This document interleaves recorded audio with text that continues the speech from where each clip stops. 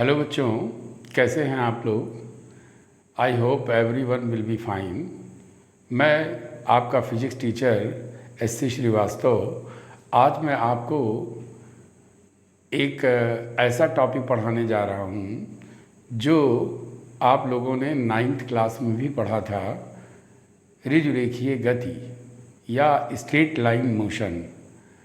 लेकिन मैं आज यहाँ पर इस ऋजुरेखीय गति को या स्ट्रेट लाइन मोशन को मैं एक नए मेथड से बताने जा रहा हूँ, और वो नया मेथड है कैलकुलस मेथड। कैलकुलस मेथड में कुछ आपको कैलकुलस आनी चाहिए, जो मैंने अपने वीडियो लेक्चर में importance of mathematics in physics के वीडियो लेक्चर में बताया भी हूँ। आज मैं उसी का यूज़ करते हुए आपको इक्वेशन ऑफ मोशन को बताने वाला हूँ। सपोज़ दैट अगर कोई body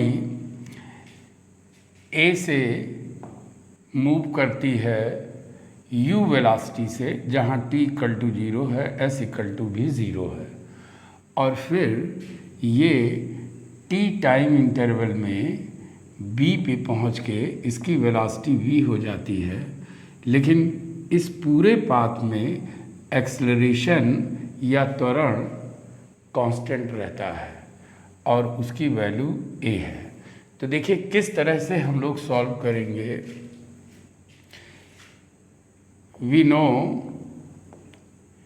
a equal to dv by dt and dv equal to a into dt। अब देखिए इसको इंटीग्रेट कैसे करते हैं।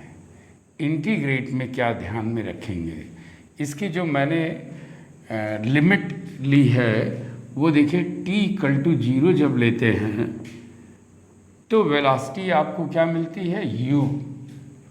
समझ रहे हैं ना। तो यहाँ हमने वेलोसिटी ले लिया u, और जब t इक्वल टू 0 से t इक्वल टू t मिलता है तो उस समय t टाइम इंटरवल में वेलोसिटी v पर क्या हो जाती है, v। अब देखिए dx का क्या होता है, मैंने यहाँ आपको बताया है dx का x होता है। इसका मतलब हुआ कि dv का v हो जाएगा, और limit from u to v। Similar way में dt का t हो जाएगा 0 टू t। अब ये वैल्यूज़ कैसे पुट करेंगे, v की जगह v माइनस u की जगह u इज इक्वल टू, बिल्कुल इसी सिमिलर वे में यहाँ भी रख दीजिए t माइनस 0। तो आप देखेंगे v minus u is equal to at, या v is equal to u plus at मिल जाता है। ये कहलाता है first equation of motion. First equation of motion, first equation of motion, है ना जी। अब जरा देखिए सेकेंड इक्वेशन के लिए क्या करेंगे। सेकेंड इक्वेशन के लिए फिर आप जानते हैं, अभी अभी पढ़ा है, v equal to u plus at, और आप देख रहे हैं यहाँ केवल दो फार्मूला यूज़ होता है, v equal to ds upon dt। तो जब यहाँ पर ds अपॉन dt लेंगे और इस तरह से लेंगे तो आप देखोगे कि ds इक्वल टू, इसको इधर ले जाइए तो मल्टीप्लाई होगा u से, u into D T plus a t into D T. अब देखिए क्या करेंगे, यहाँ फिर एक बार इंटीग्रेट। जितने कांस्टेंट टर्म होते हैं उनको इंटीग्रेशन से बाहर कर देते हैं। अब ज़रा देखिए आप t इक्वल टू 0 जब लेंगे आप यहाँ भी dt है ना, तो t इक्वल टू 0, तो आप देख रहे हो s की वैल्यू क्या आएगी 0, और अगर s की वैल्यू 0 आएगी तो 0 लिख दीजिए। फिर उसके बाद अगर यहाँ t है तो t टाइम इंटरवल में s इक्वल टू s मिलता है, तो ये लिमिट हो जाएगा s। आपको लिमिट पर बहुत फोकस करना है। अगर आपको लिमिट समझ में आ गया तो बहुत इजी वे में इन्हीं दो फार्मूला, दो क्यों कहूँगा मैं, एक फार्मूला बोलूँगा, यही फार्मूला ये भी है, थोड़ा मैंने इजी करके रख दिया है। तो ds का क्या होगा s from 0 to s, dt का क्या होगा t फ्रॉम 0 टू t। अब देखिए t का क्या होगा, अब जैसे यहाँ x इंटू डी एक्स है तो x to the power n into d x, तो इसी वे में x to the power n plus 1 upon n plus 1 from 0 to t। अब देखिए limit s minus 0 u t minus 0, और यहाँ क्या लेंगे t, फिर यहाँ लेंगे 0। तो देखिए 1 बाई ये 2 तो आप बाहर कर सकते हो, और यहाँ पे लिख सकते हो t स्क्वायर माइनस 0 स्क्वायर, तो आपको मिला s is equal to u t plus half at square. It is called second equation of motion. ये क्या कहलाता है, सेकेंड इक्वेशन ऑफ मोशन। अब आइए जरा थर्ड इक्वेशन को देखते हैं। थर्ड इक्वेशन में क्या करेंगे, since we know a equal to dv upon dt, a equal to क्या मिलता है dv अपॉन dt। अगर मैं ऐसे लिख देता हूँ dv बाई ds तो फिर गलती हो गई, और अगर उस गलती को यहाँ कन्फेस कर ले तो ds अपॉन dt कर देंगे। देखा आपने, ds एंड ds, ये हमको पता है ds upon dt equal to v होता है, तो ये हो जाएगा v। अब देखिए ये हो गया v, और इसे इधर लिख दें तो ये आ जाएगा dv अपॉन ds, और एक बार फिर से v into d v equal to निकालेंगे तो क्या आएगा a into d s, a into d s, देखा आपने। और फिर इंटीग्रेट कीजिए, जब s की वैल्यू 0 होती है तो v की वैल्यू किसके इक्वल है, a के, तो यहाँ पर u के, तो u हो जाएगा। और जब s हो जाता है तो वेलोसिटी v हो जाती है। अब देखिए यहाँ क्या है, x into d x according to first formula, तो ये क्या हो जाएगा x की power n plus 1 upon n plus 1 from u to v, और यहाँ क्या मिला a ds का s 0 टू s। क्लियर हो गया। तो अब हम लोग बिल्कुल लास्ट पॉइंट पर पहुंच गए हैं। यहाँ आप देखोगे थोड़ा सा सॉल्व करेंगे तो v स्क्वायर और इसकी जगह v रख देंगे upon 2 minus u square upon 2 is equal to a s minus zero. तो आपने क्या देखा कि अगर मैं 2 से इसको मल्टीप्लाई कर दूं 2 से, तो आपको मिलेगा v square minus u square is equal to twice a s, या v square equal to u square plus 2as। तो ये कहलाता है थर्ड इक्वेशन ऑफ मोशन। तो इस तरह से कैलकुलस मेथड से आप इक्वेशन ऑफ मोशन पा सकते हैं। इसमें एक कॉन्सेप्ट और है जिसके थ्रू आप कोई भी इक्वेशन अगर डिस्प्लेसमेंट, वेलोसिटी या एक्सेलरेशन से रिलेटेड है तो उसमें आपको इन सारे u, v, a और t में किसी वैल्यू को फाइंड करना है एक पर्टिकुलर टाइम इंटरवल में या पर्टिकुलर डिस्टेंस में, तो आप बहुत इजी वे में इसको पा सकते हैं, जो अभी आगे मैं आपको बताने वाला हूँ। आपने अभी देखा कि इक्वेशन ऑफ मोशन किस तरीके से हम लोग कैलकुलस मेथड से सॉल्व कर सकते हैं। अब इस पर बेस्ड प्रॉब्लम भी आता है जिसको हम लोग किस तरीके से सॉल्व करेंगे, इसको भी मैं आपको बताना चाहता हूँ। लेकिन इसमें एक छोटा सा कॉन्सेप्ट यूज़ होता है, उसे हम लोग पहले समझ लेते हैं।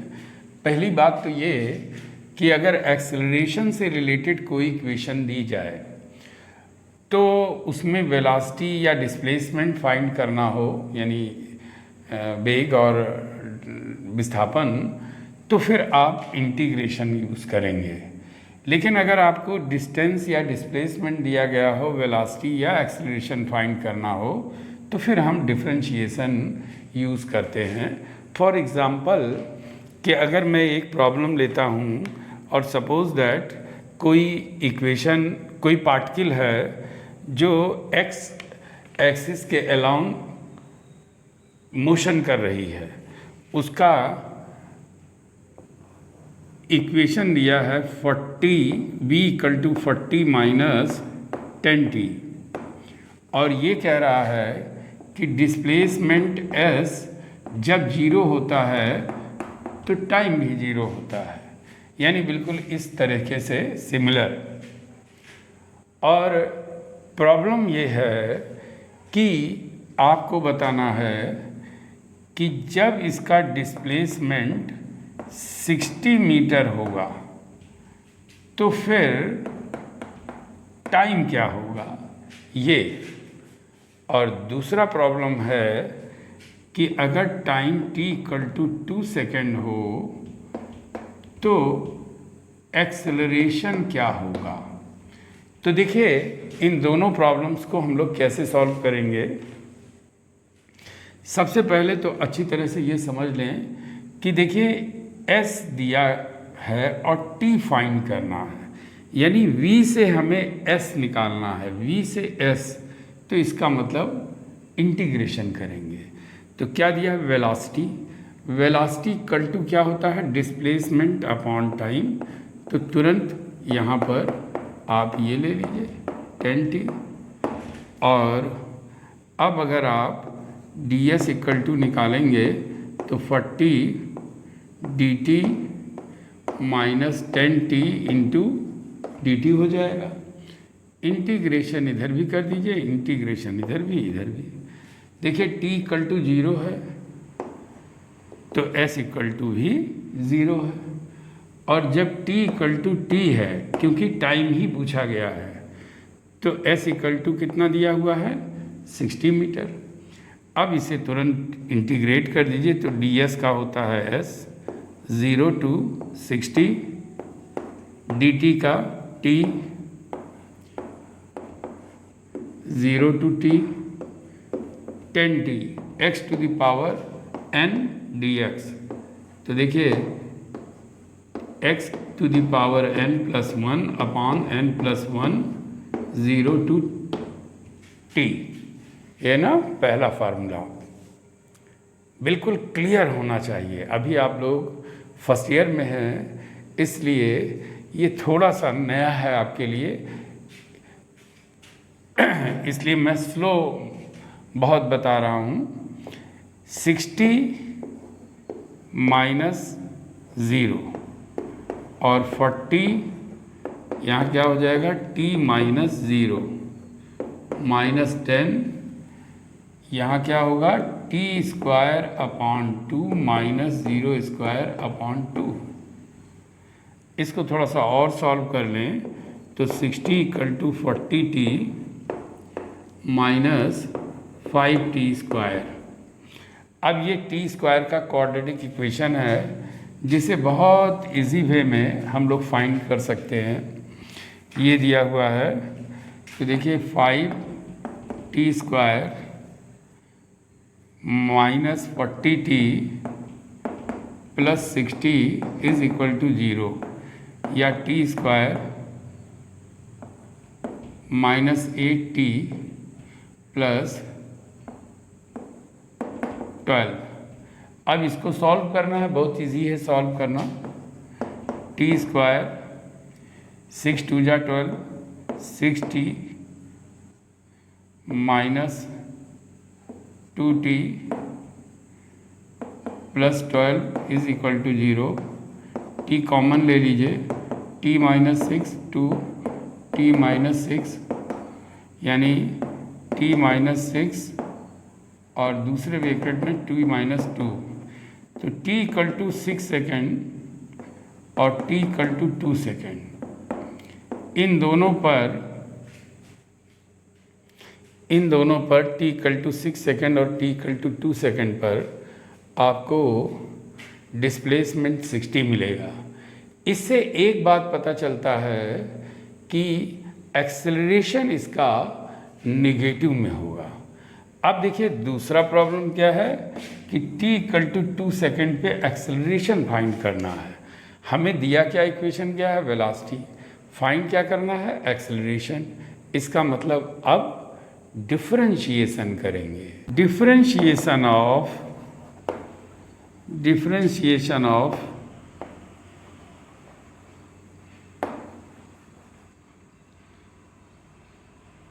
v with respect to t। तो देखिए इसका डिफरेंशिएशन क्या होगा, dv by dt। Differentiation of 40 and differentiation of t with respect to t। तो ये कांस्टेंट है, कांस्टेंट का आप जानते हैं 0 होता है, तो ये तो 0 हो जाएगा। और dt t का होता है 1 तो माइनस 10, और ये dv बाई dt है, सॉरी dv बाई dt है, क्या हो जाएगा, एक्सेलरेशन। तो a equal to minus 10 metre पर सेकेंड स्क्वायर। अब देखिए यहाँ ये फैक्टर t पे डिपेंड नहीं कर रहा है, तो t इक्वल टू 2 सेकेंड हो या 3 सेकेंड हो या 5 सेकेंड हो, माइनस 10 मीटर पर second square is a constant acceleration होगा। तो इस तरह से आपने देखा कि कैसे हम लोग वेलोसिटी, एक्सेलरेशन और डिस्टेंस या और भी कोई अननोन क्वांटिटी s में, u में या v में फाइंड करना हो तो बहुत इजी वे में कैलकुलस मेथड से सॉल्व कर सकते हैं। तो अगर आपको आज का ये लेक्चर अच्छा लगा हो, समझ में आया हो, तो आप इस चैनल को सब्सक्राइब करें, नए व्यूअर्स हैं तो, और अगर पुराने व्यूअर्स हैं तो इसे शेयर कीजिए ढेर सारे लोगों के बीच में। Thank you.